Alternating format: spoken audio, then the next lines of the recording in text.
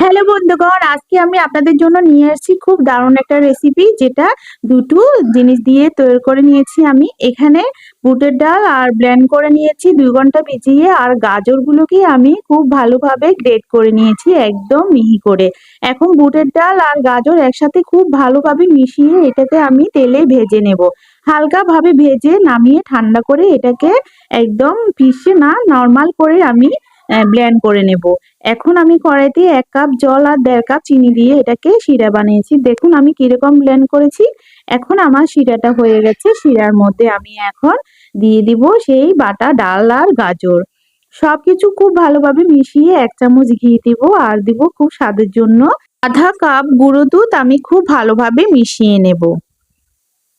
গুঁড়ো দুধটা ভালোভাবে মিশানো হয়ে গেলে আমি এখানে কাজু বাদাম এবং কাঠবাদাম হালকা একটু গুঁড়ো করে সাথে দিয়ে দেব।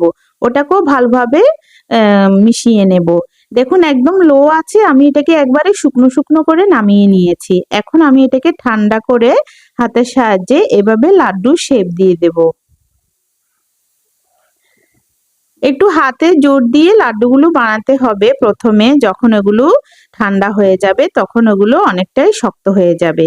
দেখুন কত সুন্দর হয়েছে লাড্ডুগুলো, আর দেখতেও খুব ভালো লাগছে। এখন আমি সিলভার ফয়েল দিয়ে উপর থেকে একটু সুন্দরের জন্য এগুলো সবগুলোর গায়ে লাগিয়ে দেব। দেখুন কত সুন্দর হয়েছে বন্ধুরা লাড্ডুটা। রেসিপিটা কেমন হয়েছে অবশ্যই কমেন্ট করে জানাবেন, আর রেসিপিটা ভালো লাগলে চ্যানেলটা সাবস্ক্রাইব করে দেবেন। তো সবাই ভালো থাকবেন।